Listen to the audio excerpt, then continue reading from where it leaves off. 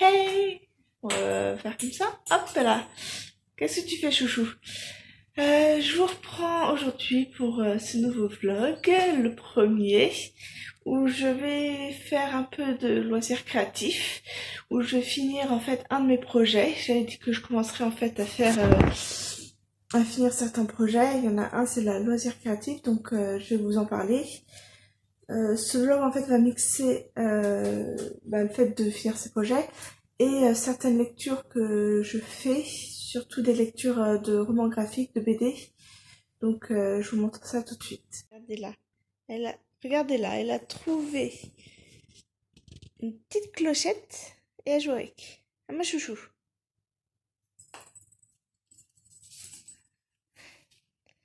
C'est la rend folle. Tu l'avales pas, hein? Donc mon premier loisir créatif, c'est le diamond painting. En fait, je l'ai commencé il y a plus de 2 ans maintenant. C'était nouveau. Je venais d'en entendre parler. Je me suis dit, ouais, c'est trop bien, je vais essayer. Donc, j'ai commandé beaucoup. 3-4 quoi. 3-4 diamond painting. Le problème, c'est que c'est hyper grand. Ah, il est beau, hein. Alors, je vais le remettre dans le sens. Hop. Voilà, c'est mon chat que j'ai presque fini. Vous voyez. Le problème, c'est que c'est hyper grand. Les diamonds sont tout petits et que ça prend une blinde à faire. J'ai mis 2 ans à le faire, finir. Vous voyez, je mets à peu près 2 heures pour faire ça. Juste ça, je mets 2 heures. Là, il m'en reste 6. Non, il m'en reste 12. Qu'est-ce que je raconte? Il me reste 12 heures à faire là-dessus, donc je vais commencer et j'espère le finir. Donc j'avais commandé plusieurs, avant d'en commencer un, j'en avais commandé plusieurs et c'est après que je me suis rendu compte que ça prend trop de temps. Donc dès que j'ai fini cela, j'en reprendrai plus du tout. J'en ai un autre là qui est encore un peu plus grand. C'est un chat encore. Cette fois-ci, il est tout. Hop, je vais vous montrer ça. Il est tout orange avec des papillons. Je sais pas si vous voyez bien. Il a l'air trop beau. Ça prend une blinde. Donc avec, moi j'avais acheté ces boîtes là pour ranger les diamonds parce qu'il y en a beaucoup. Et vous recevez ça hop, dans une enveloppe. Vous avez ça avec le nombre de sachets de diamonds, les numéros et les dessins qu'il y a sur le diamond. Hop. Donc après, voilà, je les range dans ces petites boîtes là. J'utilise, vous avez sûrement dû voir, il y en a beaucoup sur YouTube qui passent. J'utilise ceci. Alors au début, je le faisais avec la pince à épiler. Ça m'a pris une blinde. Mais j'arrivais pas à utiliser cet ustensile. Donc je faisais un par un. Ça me prend une blinde. Alors que ça, c'est juste pour en enlever un si c'est mal collé. En fait, avec ça, vous avez ce petit... Vous mettez les diamonds là-dedans. Vous prenez... Ah voilà. Vous avez une sorte de pâte. J'en ai partout des diamonds, je vous dis. Vous avez une sorte de pâte comme ça, rose. Vous piquez. Hop. Ce qui fait que... Alors là, c'est très mal piqué. Ça déborde. Moi, c'est ce que j'aime pas, c'est que quand ça déborde, et ben, ça reste sur le diamond et ça fait moche. Voilà. Alors, je sais pas si ça va se voir. Voilà. Enfin, il y a... Ça colle au diamant. Vous prenez diamant par diamant, hop. Et vous pouvez aussi le faire plusieurs diamants par plusieurs diamants. Donc voilà mon diamond painting que je vais finir cette semaine. Parce que ça me saoule de l'avoir depuis X temps. Et surtout, chouchou, tu fous tout par terre. Et surtout, c'est que j'aimerais faire des pulls. J'ai acheté ces pulls-là. Enfin, j'avais plein de pulls. Hop, j'ai ceux-là. Celui-là, je l'ai eu à mon anniversaire. Ouh, oui. Non, à Noël. Je l'ai eu à Noël, celui-là. Ceux-là, je les avais depuis des années. Ils sont même pas ouverts, ceux-là. Et j'ai pris ces deux-là récemment. Je les ai eus en occasion. Donc, vous pouvez trouver en occasion des pulls non ouverts. Hein. pour pas cher. J'ai pris celui-là que j'ai très envie de faire du coup. Et j'ai pris celui-là où il y a aussi des chats. Et c'est un peu tout ce que j'aime, quoi, loisir créatif plus chat. Et en fait, pourquoi je ne l'ai pas encore fait? Parce qu'il y a un chat, que j'ai trop peur qu'elle me mange mes morceaux de pulse. Du coup, je veux utiliser cette... je sais pas comment ça s'appelle. Ce range, en fait, c'est pour les artistes, les peintres et tout ça. Ce range... voilà quoi, vous avez compris, j'essaye de le dire, je trouve pas le mot, c'est pas grave, je veux l'utiliser pour mettre mon pulse, pour pouvoir le cacher quand je ne suis pas dessus et pour que Chouchou ne puisse pas me l'abîmer. Donc voilà, pour ça, c'est mon premier projet à finir, il traîne depuis trop longtemps. Hop. Il est beau sinon, hein. Il est trop beau. Bon, je trouve que ce truc-là, ça fait pas joli, mais tout le reste, c'est joli. Ouais, ça fait bizarre. C'est plus beau sur la photo. Vous voyez? Mais c'est bon. Le chat est joli. Non, franchement, il dépote. Donc voilà.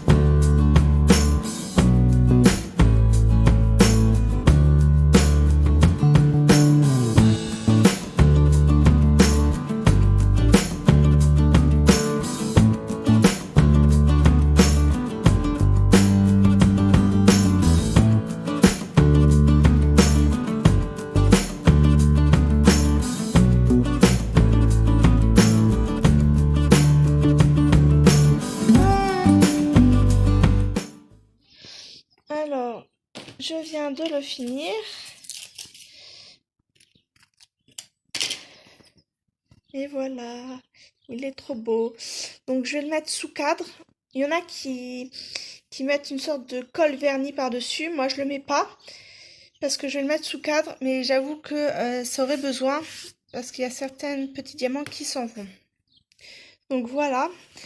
Je vous recommande de bien faire vos recherches avant de choisir quel vendeur vous achetez votre diamond painting. Moi je l'avais acheté sur AliExpress et j'avoue que c'est peut-être pas le meilleur parce que sur certaines couleurs j'ai dû tricher, prendre d'autres couleurs que j'avais à peu près la même pour parce qu'il m'en manquait. Donc franchement il y a 2-3 couleurs comme ça qui étaient assez gênantes. Mais sinon dans l'ensemble ça va. Donc voilà.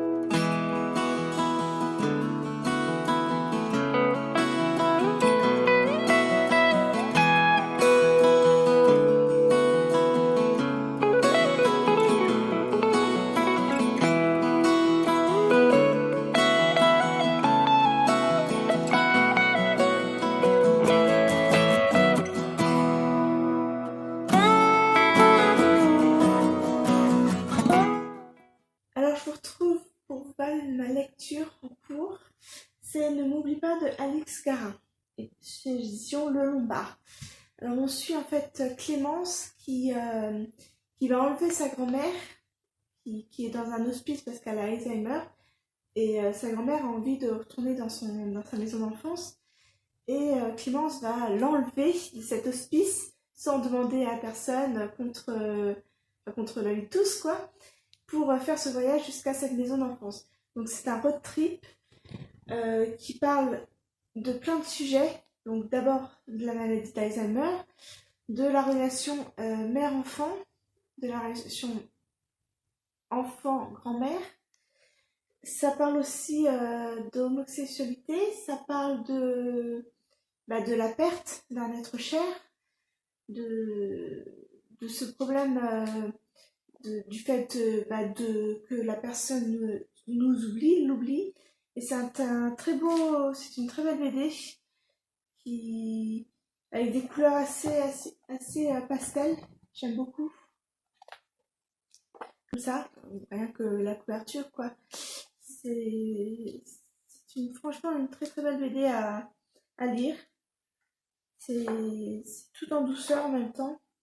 Il y a eu quelques passages très tristes, notamment il y a un passage avec une biche et son fan qui m'a fait pleurer tellement c'était triste. Et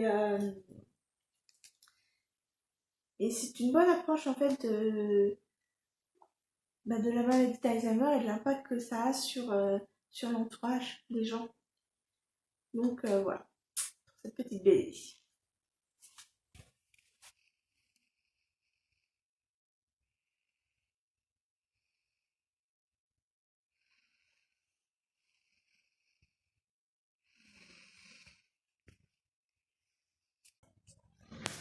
Alors je me retrouve pour un nouveau projet. J'avais acheté ça il y a bien 2 ans maintenant, où c'est des cadres, donc de différentes tailles, j'ai 5 cadres. Et du coup j'ai acheté des tasseaux pour fabriquer moi-même les cadres et je vais les clouer dessus. Donc voilà.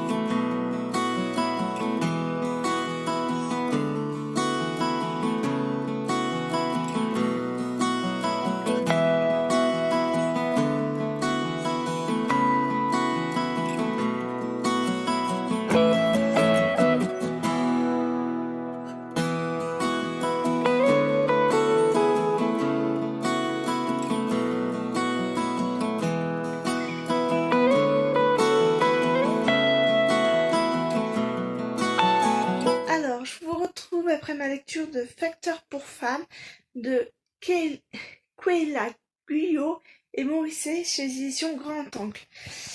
Alors là, on suit en fait, c'est dans une petite île bretonne au début de la Première Guerre mondiale. Les hommes sont partis du coup à la guerre, comment ça s'appelle? Ont été appelés pour la guerre. Et dans cette île, il reste du coup que les femmes, les enfants et les vieux. Et Maël qui a un pied beau, du coup qui est exempté de guerre à cause de ça. Et on découvre en fait Maël qui va devenir le facteur de ces femmes, de la petite île, qui va amener du coup les nouvelles du front à ces femmes. Et petit à petit, il va devenir leur ami, leur confident, et bien plus. Parce que Maël, qui est quelqu'un qui est un peu, on va dire, le pestiféré de l'île avant, que personne n'aimait, il avait ni ami, ni petite amie, ni rien, il connaissait pas les choses de l'amour, il va devenir très intéressant pour ces femmes, et ils vont attendre en fait sa venue avec intérêt à chaque fois, et il va y prendre goût, donc petit à petit, il va cacher certaines lettres, il va en réécrire d'autres, et pour celles qui ne savent pas lire, il va inventer lui-même des choses. Il va un peu taire les choses de la guerre. Souvent les hommes, ils racontaient la violence et leur désespoir, et il va un peu taire ça en pensant, en fin de compte, que eux ils exagèrent pour se faire un peu mousser auprès de leurs femmes. Il va taire ça, et il va surtout commencer à se vendre à elle en disant que les hommes vont vouloir que leurs femmes refassent leur vie, pensent peu à eux, etc. Ce qui est faux. Mais il va se vendre à elles qui sont un peu désespérées, qui sont seules et qui vont vouloir être aimées en quelque sorte. Et petit à petit, plus le temps passe, en fait, plus il se fait désirer et plus il est d'amante. Donc, c'est intéressant. Il y a beaucoup de dialogues et beaucoup de récits, de racontars. Je sais pas comment expliquer ça. Voilà. Ah, je l'ai loupé. Je l'ai refermé. Du coup, je l'ai loupé. Il y a des scènes, des grands pavés comme ça à lire. Donc c'était assez laborieux, il est assez gros, donc c'était assez laborieux à lire, mais je suis contente de l'avoir lu, de le connaître. C'est pas un que je relirai avec plaisir, mais oh là là, désolée pour la main, mais ça, je suis contente quand même de l'avoir connu. Donc voilà, Facteurs pour femmes de Quayla Guyot et Morisset chez Grand Angle. Et pour ce troisième et dernier projet, j'ai acheté à Action cette boîte. En fait, c'est un plateau en bambou et moi je veux m'en faire une vitrine, alors sans la vitre bien sûr, une étagère en fait pour mettre mes Mystérieux Unis sur Picsou et la bande à Balou et que j'ai. Alors je les ai pas tous, mais je compte les avoir. Et donc voilà, je veux me faire des étagères. Donc là, ça va être les étagères que je vais me faire décoller et je vous montre ça.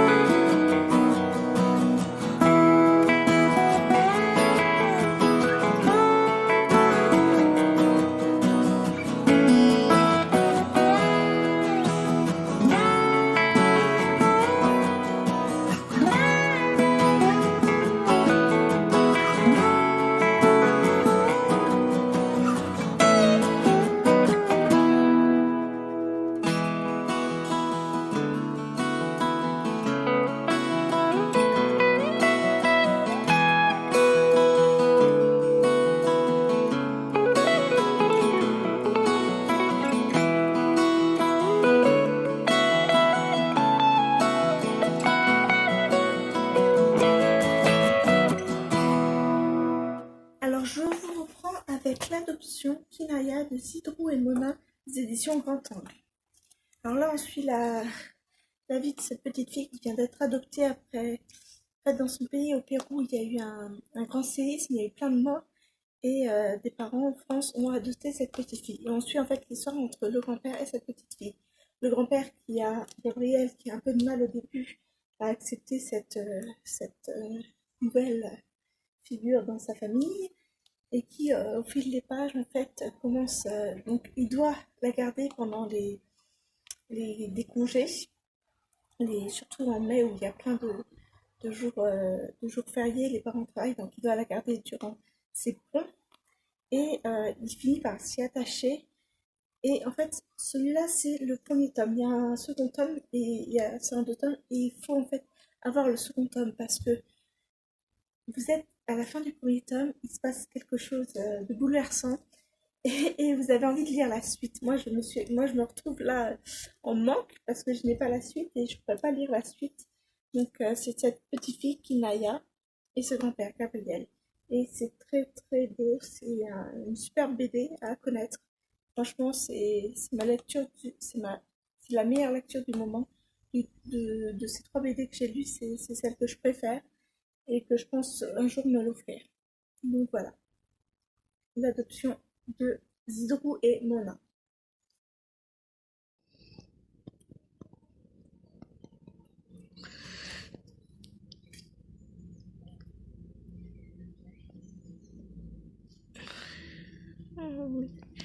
T'es bien là, hein?